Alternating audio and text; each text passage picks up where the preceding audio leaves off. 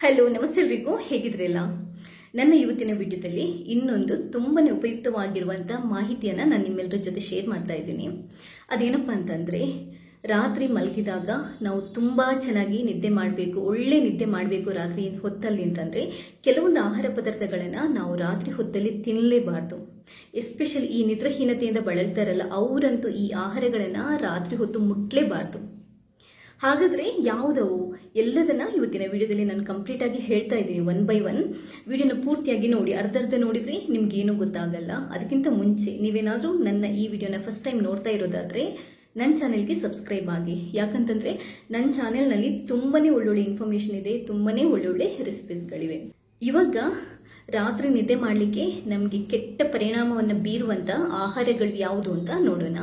ಮೊದಲನೇದಾಗಿ ಏನು ಅಂತಂದರೆ ಡ್ರಿಂಕ್ಸ್ ಅಥವಾ ಆಲ್ಕೋಹಾಲ್. ಬಟ್ ನಮ್ಮಲ್ಲಿ ಏನು ಅಂತಂದರೆ ತುಂಬ ಜನರಲ್ಲಿ ಒಂದು ಕೆಟ್ಟ ಅಂಡರ್ಸ್ಟ್ಯಾಂಡಿಂಗ್ ಏನಿದೆ ಅಂತಂದರೆ ಡ್ರಿಂಕ್ಸ್ ಕುಡಿದ್ರೆ ಚೆನ್ನಾಗಿ ನಿದ್ದೆ ಮಾಡ್ಬೋದು, ಒಳ್ಳೆ ನಿದ್ದೆ ಬರುತ್ತೆ ಅನ್ನೋದು. ಕೆಲವು ರಿಸರ್ಚ್ಗಳು ಏನು ಹೇಳ್ತವೆ ಅಂತಂದರೆ ಕೆಲವೊಂದು ಬಿಯರ್ ಅಥವಾ ಕೆಲವೊಂದು ವೈನ್ಗಳು ಲಿಮಿಟೆಡ್ ಇದರಲ್ಲಿ ತಗೊಂಡ್ರೆ ಚೆನ್ನಾಗಿ ನಿದ್ದೆ ಮಾಡ್ಬೋದು ಅನ್ನೋದು. ಇನ್ನು ಕೆಲವು ರಿಸರ್ಚ್ಗಳು, ಇನ್ನು ತುಂಬಾನೇ ರಿಸರ್ಚ್ಗಳು ಏನು ಹೇಳ್ತವೆ ಅಂತಂದರೆ ಡ್ರಿಂಕ್ಸ್ ತಗೊಳ್ಳೋದು, ಆಲ್ಕೋಹಾಲ್ ಲಿಮಿಟ್ ಮೀರಿ ತಗೊಳ್ಳೋದು ನಿದ್ರಾಹೀನತೆಗೆ ಮೂಲ ಕಾರಣ ಅಂತ. ಡ್ರಿಂಕ್ಸ್ ಮಾಡಿದಾಗ ಕೆಲವರಿಗೆ ಮತ್ತು ಬರುತ್ತೆ, ಆ ಮತ್ತಲ್ಲಿ ನಿದ್ದೆ ಬಂದಾಗ ಆಗುತ್ತೆ. ಇಮಿಡಿಯೇಟ್ ಆಗಿ ಮಲಗಿದ್ರೆ ನಿದ್ದೆ ಬರುತ್ತೆ ಅಂತ ನಾವು ಅನ್ಕೊಂತೀವಿ. ಬಟ್ ಲೇಟರ್ ಸ್ಲೀಪಿಗೆ ಅಂದರೆ ನಮಗೆ ಗಾಢ ನಿದ್ರಾವಸ್ಥೆಗೆ ಇದೆಯಲ್ವಾ, ಅಥವಾ ಕ್ವಾಲಿಟಿ ಸ್ಲೀಪಿಗೆ ಡ್ರಿಂಕ್ಸ್ ತುಂಬ ಕನ್ಸ್ಯೂಮ್ ಮಾಡೋದು ತುಂಬಾನೇ ಅಡ್ಡ ಪರಿಣಾಮವನ್ನು ಬೀರುತ್ತೆ. ಒಳ್ಳೆ ಡೀಪ್ ಸ್ಲೀಪ್ ಬರಬೇಕು, ನಾವು ನೆಕ್ಸ್ಟ್ ಡೇ ಎದ್ದ ನಂತರನೂ ತುಂಬ ರಿಫ್ರೆಶ್ ಆಗಿರಬೇಕು ಅಂತಂದರೆ ಆಲ್ಕೋಹಾಲ್ ತಗೊಂಡು ನಿದ್ದೆ ಮಾಡೋದಿದೆಯಲ್ಲ ಅದು ತುಂಬಾನೇ ಕೆಟ್ಟದ್ದು. ನೀವು ಯಾರನ್ನೇ ಬೇಕಾದರೂ ಅಬ್ಸರ್ವ್ ಮಾಡಿ ನೋಡಿ, ಆಲ್ಕೋಹಾಲ್ ತಗೊಂಡು ನಿದ್ದೆ ಮಾಡಿದವರು ನೆಕ್ಸ್ಟ್ ಡೇ ಫ್ರೆಶ್ ಆಗಿರಲ್ಲ. ಎಷ್ಟೇ ನಿದ್ದೆ ಮಾಡಿರಲಿ ನೆಕ್ಸ್ಟ್ ಡೇ ಫ್ರೆಶ್ ಆಗಿರಲ್ಲ.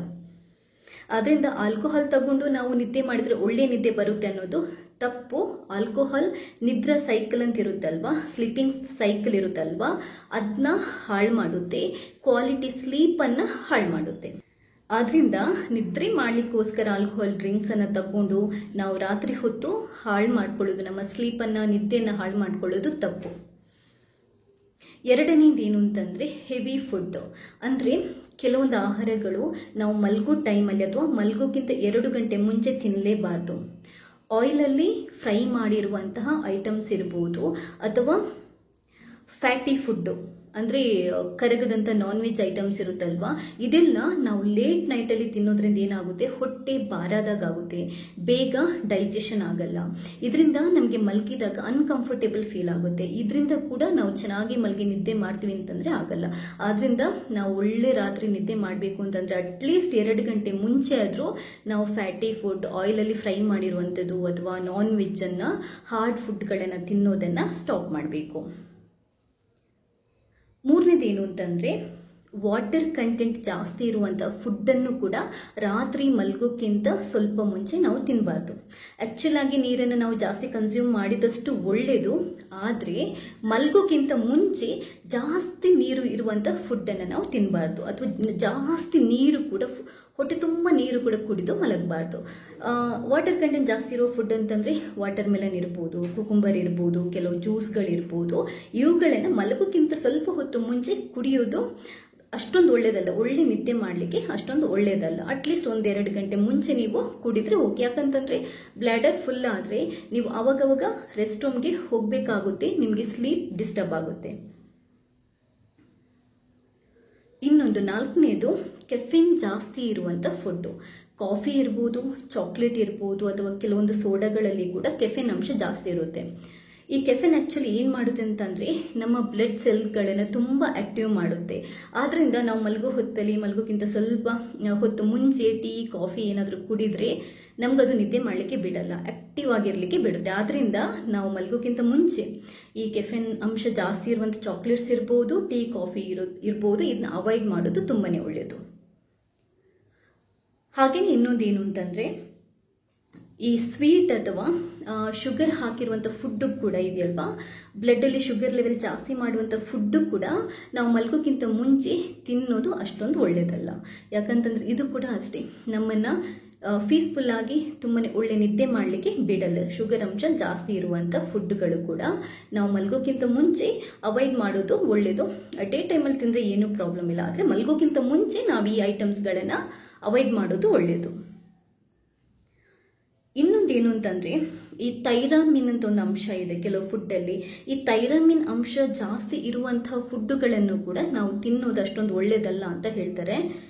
ಯಾಕಂತಂದರೆ ಇದರಲ್ಲಿ ಅಮಿನೋ ಆಸಿಡ್ ಅಂತ ಒಂದು ಅಂಶ ಇರುತ್ತೆ. ಇದು ಬ್ರೈನ್ ಸೆಲ್ಸನ್ನು ತುಂಬಾ ಆಕ್ಟಿವ್ ಆಗಿಡುತ್ತೆ. ಆದ್ದರಿಂದ ಈ ಥೈರಾಮಿನ್ ಜಾಸ್ತಿ ಇರುವಂಥ ಫುಡ್ಗಳನ್ನು ಕೂಡ ನಾವು ಮಲಗೋಕ್ಕಿಂತ ಮುಂಚೆ ಜಾಸ್ತಿಯಾಗಿ ತಿನ್ನೋದು ಒಳ್ಳೆಯದಲ್ಲ. ಇದು ಯಾವುದು ಅಂತಂದರೆ ಟೊಮೆಟೊ, ಸೋಯಾ ಸಾಸ್, ಹಾಗೆಯೇ ರೆಡ್ ವೈನ್ ಮತ್ತು ಚೀಸ್, ಈ 4ರಲ್ಲಿ ಥೈರಾಮಿನ್ ಅಂಶ ಜಾಸ್ತಿ ಇರುತ್ತೆ.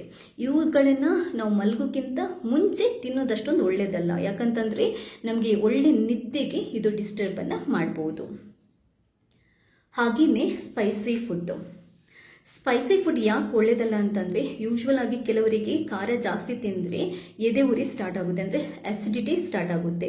ಇನ್ನೊಂದು ಏನು ಅಂತಂದರೆ, ಖಾರ ಜಾಸ್ತಿ ಇರುವಂತಹ ಫುಡ್ಡು ನಾವು ಮಲಗೋ ಹೊತ್ತಲ್ಲಿ ತಿಂದರೆ ಬಾಡಿ ಟೆಂಪ್ರೇಚರನ್ನು ಜಾಸ್ತಿ ಮಾಡುತ್ತೆ, ಉಷ್ಣನ ಜಾಸ್ತಿ ಮಾಡುತ್ತೆ. ಅವಾಗ ಏನಾಗುತ್ತೆ, ಆ್ಯಕ್ಚುಲ್ ಆಗಿ ಒಳ್ಳೆ ನಿದ್ದೆ ಮಾಡಬೇಕು, ಚೆನ್ನಾಗಿ ನಮಗೆ ರಾತ್ರಿ ನಿದ್ದೆ ಬರಬೇಕು ಅಂತಂದರೆ ಬಾಡಿ ಟೆಂಪ್ರೇಚರ್ ತುಂಬ ನಾರ್ಮಲ್ ಆಗಿರಬೇಕು ಅಥವಾ ತುಂಬ ಕೂಲ್ ಆಗಿರಬೇಕು. ಆವಾಗ ಒಳ್ಳೆ ನಿದ್ದೆ ಮಾಡ್ಬೋದು. ಸ್ಪೈಸಿ ಐಟಮನ್ನು ತಿನ್ನೋದ್ರಿಂದ ಬಾಡಿ ಟೆಂಪ್ರೇಚರ್ ಜಾಸ್ತಿ ಆಗೋದ್ರಿಂದ ನಮಗೆ ಮೈ ಉರಿ ಸ್ಟಾರ್ಟ್ ಆಗ್ಬೋದು, ಹಾರ್ಟ್ ಬರ್ನ್ ಸ್ಟಾರ್ಟ್ ಆಗ್ಬೋದು. ಅವಾಗ ಕೂಡ ಒಳ್ಳೆ ನಿದ್ದೆಗೆ ಡಿಸ್ಟರ್ಬ್ ಆಗ್ಬೋದು. ಆದ್ದರಿಂದ ನೀವು ಸ್ಪೈಸಿ ಫುಡ್ಡನ್ನು ಮಲಗೋಕ್ಕಿಂತ ಮುಂಚೆ ತಿನ್ನೋದನ್ನು ಅವಾಯ್ಡ್ ಮಾಡಿದರೆ ಒಳ್ಳೆ ನಿದ್ದೆನ ನಾವು ಮಾಡ್ಬೋದು. ಇನ್ನೊಂದು ಅಸಿಡಿಕ್ ಫುಡ್ಡು, ಅಸಿಡಿಟಿ ಜಾಸ್ತಿ ಕ್ರಿಯೇಟ್ ಮಾಡುವಂಥ ಫುಡ್ಡನ್ನು ಕೂಡ ನಾವು ಮಲಗೋಕ್ಕಿಂತ ಮುಂಚೆ ತಿನ್ನಬಾರ್ದು. ಯಾವುದಪ್ಪ ಇದು ಅಂತಂದರೆ, ನಿಮಗೆಲ್ರಿಗೂ ಗೊತ್ತಿರುತ್ತೆ, ಲೈಮಲ್ಲಿ ಜಾಸ್ತಿ ಸಿಟ್ರಿಕ್ ಆ್ಯಸಿಡ್ ಇರುವಂಥ ಜ್ಯೂಸ್ಗಳು ಲೈಮಲ್ಲಿರುತ್ತೆ, ಲೆಮನ್ ಜ್ಯೂಸಲ್ಲಿರುತ್ತೆ. ಹಾಗೆಯೇ ಹಸಿ ಈರುಳ್ಳಿ ಇರುತ್ತಲ್ವ, ಹಸಿ ಈರುಳ್ಳಿಯಲ್ಲಿ ಕೂಡ ಈ ಸಿಟ್ರಿಕ್ ಆ್ಯಸಿಡ್ ಜಾಸ್ತಿ ಇರುತ್ತೆ.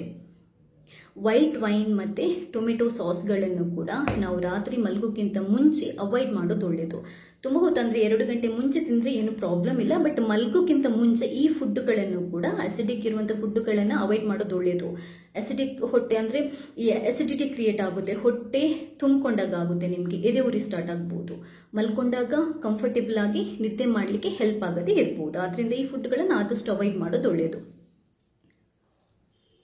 ಇನ್ನೊಂದು, ಮೈಯಲ್ಲಿ ಜಡತ್ವವನ್ನು ಕ್ರಿಯೇಟ್ ಮಾಡುವಂಥ ಕೆಲವೊಂದು ಫುಡ್ಡು ಯಾವುದು ಅಂತಂದರೆ ಉದ್ದು, ಹಾಗೆಯೇ ಈ ಬೀನ್ಸ್ ಇರುತ್ತಲ್ವ, ಫೈಬರ್ ತುಂಬ ಜಾಸ್ತಿ ಇರುವಂಥ ಕೆಲವೊಂದು ಫುಡ್ಡು. ಅಂದರೆ ರಾತ್ರಿ ನಮಗೆ ತಿಂದರೆ ಕೆಲವೊಂದು ಜೀರ್ಣ ಆಗಲ್ಲ. ಬೀನ್ಸ್ ಹಾಗೆಯೇ ಉದ್ದು ಉದಾಸೀನನ ಕ್ರಿಯೇಟ್ ಮಾಡುತ್ತೆ ಅಂತಾರೆ. ಇಂಥ ಫುಡ್ಡುಗಳನ್ನು ಕೂಡ ರಾತ್ರಿ ಮಲಗೋಕ್ಕಿಂತ ಮುಂಚೆ ನಾವು ಒಂದು ಸ್ವಲ್ಪ ಅವಾಯ್ಡ್ ಮಾಡೋದು ತುಂಬಾ ಒಳ್ಳೆಯದು. ಯಾಕಂತಂದರೆ ಉದಾಸೀನ, ಮೈಯಲ್ಲಿ ಆಲಸ್ಯತನ ಇದ್ದರೆ, ಆ್ಯಕ್ಟಿವ್ ಆಗಿಲ್ಲದಿದ್ದರೆ ಏನಾಗುತ್ತೆ ಅಂತಂದರೆ ನಮಗೊಂಥರ ಏನೋ ಮೈ ಏನೋ ಒಂಥರ ಅನ್ನಿಸ್ತಾ ಇರುತ್ತೆ. ಆದ್ದರಿಂದ ಈ ಫುಡ್ಗಳನ್ನು ಕೂಡ ಅವಾಯ್ಡ್ ಮಾಡೋದು ಒಳ್ಳೆಯದು. ಹಾಗಾದರೆ ಯಾವ ಥರ ಫುಡ್ಗಳನ್ನು ನಾವು ತಿನ್ಬೋದು? ಲೈಟಾಗಿರುವಂತಹ ಮೀಲ್ಸ್, ಅಂದರೆ ಜಾಸ್ತಿ ಖಾರ ಇಲ್ಲ, ಸ್ಪೈಸ್ ಜಾಸ್ತಿ ಇಲ್ಲದಂತಹ ನಾರ್ಮಲ್ ಆಗಿ ಅನ್ನ ಸಾಂಬಾರು ಇರ್ಬೋದು, ದೋಸೆ ಇರ್ಬೋದು, ಅಥವಾ ಫ್ರೂಟ್ಸ್ ಇರ್ಬೋದು, ತರಕಾರಿ ಇರ್ಬೋದು, ಎಸ್ಪೆಷಲ್ ಇದೆಯಲ್ವಾ ಹಾಲು, ಹುಳಿ ಜಾಸ್ತಿ ಇಲ್ಲದ ಮೊಸರು, ಮಜ್ಜಿಗೆ, ಹಾಗೆಯೇ ಡ್ರೈ ನಟ್ಸ್ಗಳಲ್ಲಿ ವಾಲ್ನಟ್, ಆಲ್ಮಂಡ್, ಹಾಗೆಯೇ ಡ್ರೈ ಫ್ರೂಟ್ಸ್ಗಳಲ್ಲಿ ಒಣ ದ್ರಾಕ್ಷಿ ಇರುತ್ತಲ್ವ, ಒಣ ದ್ರಾಕ್ಷಿ ಅಂತೂ ಅಲ್ಟಿಮೇಟ್ ಅಂತಲೇ ಹೇಳ್ಬೋದು. ನೀವು ಸ್ವಲ್ಪ ನೀರಿಗೆ ಹಾಕಿ 1 ಬೌಲಷ್ಟು ಒಣ ದ್ರಾಕ್ಷಿಯನ್ನು ಮಲಗೋಕ್ಕಿಂತ ಮುಂಚೆ ತಿಂದರೆ ತುಂಬ ಅಂತಂದರೆ ತುಂಬ ಚೆನ್ನಾಗಿ ನಿದ್ದೆ ಬರುತ್ತೆ. ಇದಕ್ಕೆ ನಾನೇ ಲೈವ್ ಎಕ್ಸಾಂಪಲ್, ನಾನು ಇದನ್ನ ಫಾಲೋ ಮಾಡ್ತಾ ಇದ್ದೀನಿ. ಹಾಗೆಯೇ ಜೇನು ಕೂಡ ಒಳ್ಳೆಯದು. ಬನಾನಾ, ಬಾಳೆಹಣ್ಣು ಕೂಡ ನಮಗೆ ಒಳ್ಳೆ ನಿದ್ದೆ ಬರಲಿಕ್ಕೆ ತುಂಬಾ ಒಳ್ಳೆಯದು. ಮಲಗೋಕ್ಕಿಂತ ಮುಂಚೆ ಬಾಳೆಹಣ್ಣು, ಹಾಲನ್ನೆಲ್ಲ ಕುಡಿದು ಮಲಗಿದ್ರೆ ಸಖತ್ ತುಂಬಾ ಚೆನ್ನಾಗಿರುವಂಥ ನಿದ್ದೆ ಎಲ್ಲರೂ ಮಾಡ್ಬೋದು. ಇವಿಷ್ಟು ಫುಡ್ಡು, ಇದರಲ್ಲಿ ನಾವು ಯಾವ ಫುಡ್ಡನ್ನು ಮಲಗೋಕ್ಕಿಂತ ಮುಂಚೆ ಅವಾಯ್ಡ್ ಮಾಡಬೇಕು, ನಮಗೆ ಒಳ್ಳೆ ನಿದ್ದೆ ಬರಬೇಕು ಅಂತಂದ್ರೂ ಕೂಡ ಹೇಳಿದ್ದೇನೆ. ಹಾಗೆಯೇ ಯಾವ ಎಲ್ಲ ಫುಡ್ಡು ನಾವು ತಿಂದು ಮಲಗಿದ್ರೆ ಒಳ್ಳೆ ನಿದ್ದೆ ಬರುತ್ತೆ ಅಂತಲೂ ಕೂಡ ಹೇಳಿದ್ದೇನೆ. ಈ ವಿಡಿಯೋ ನಿಮಗೆ ತುಂಬ ಹೆಲ್ಪ್ ಆಗ್ಬೋದು ಅಂತ ಅಂದ್ಕೊಂಡಿದ್ದೇನೆ. ನಿಮಗೆ ಹೆಲ್ಪ್ ಆದರೆ ಬೇರೆಯವರಿಗೆ ಕೂಡ ಶೇರ್ ಮಾಡಿ. ಹಾಗೆಯೇ ಇನ್ನೊಂದ್ಸರಿ ಹೇಳ್ತೀನಿ, ಇಲ್ಲಿ ತನಕ ನೀವು ಯಾರಾದರೂ ನನ್ನ ಚಾನೆಲ್ಗೆ ಸಬ್ಸ್ಕ್ರೈಬ್ ಆಗಿಲ್ಲದಿದ್ದರೆ ಸಬ್ಸ್ಕ್ರೈಬ್ ಆಗಿ. ಯಾಕಂತಂದರೆ ನನ್ನ ಚಾನೆಲ್ನಲ್ಲಿ ತುಂಬಾ ಒಳ್ಳೊಳ್ಳೆಂತಹ ವಿಡಿಯೋಗಳಿದೆ, ಇನ್ಫಾರ್ಮೇಷನ್ ಇದೆ, ಎಲ್ರಿಗೂ ಹೆಲ್ಪ್ ಆಗುತ್ತೆ. ಥ್ಯಾಂಕ್ಸ್ ಎಲ್ರಿಗೂ.